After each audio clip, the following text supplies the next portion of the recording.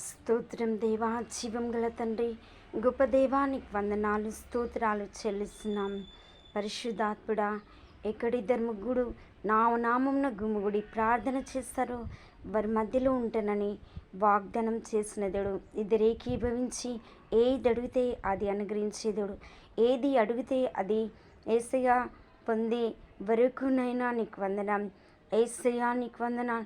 నువ్వు కృప చూపే దేవుడు. తండ్రి నీకు వందనాలు. హెబేజు రోదనతో ప్రార్థించినప్పుడు తనను దీవెనకరమైన పుత్రుడిగా చేసిన దేవుడు. హెబేజీ ప్రార్థన ఆలకించిన దేవుడు. తన రోదన అంగీకరించి తనను విడిపించిన దేవుడు. తన ప్రార్థన విజయాన్నిచ్చిన దేవుడు. తన శ్రమలు తనుకుంటున్న ఆటంకాలు తొలగించినైనా యేసయ్యా నీకు వందనాలు.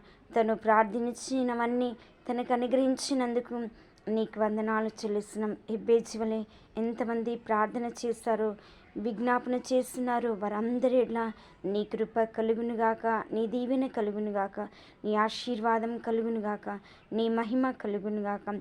నీ ఆశీర్వాదాలను కుమ్మరించు, నీ అభిషేకాన్ని కుమ్మరించు, నీ దారుణమైన నీ సన్నిధిని కుమ్మరించి తండ్రి, ఇది మొదలుకొని కృపతో నింపునైనా నీ సన్నిధితో నింపురియా సీకందర హై గ్లోరియా సీకం.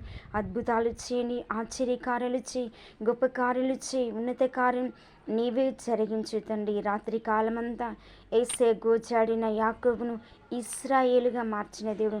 ప్రతి స్థితిని మార్చునైనా, ప్రతి రోత యేసయ్య స్థితిని మార్చు తండ్రి.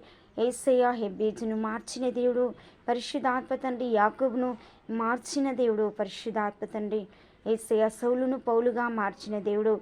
పరిశుద్ధాత్మ తండ్రి లూదియా స్త్రీని మార్చిన దేవుడు. ప్రభా సమరయ స్త్రీని మార్చిన దేవుడు. అనేకులను మార్చండి, నీ సొత్తుగా చేయి, నీ స్వాస్థ్యంగా చేయి, నీకు స్వకీయంగా చేసి వారిని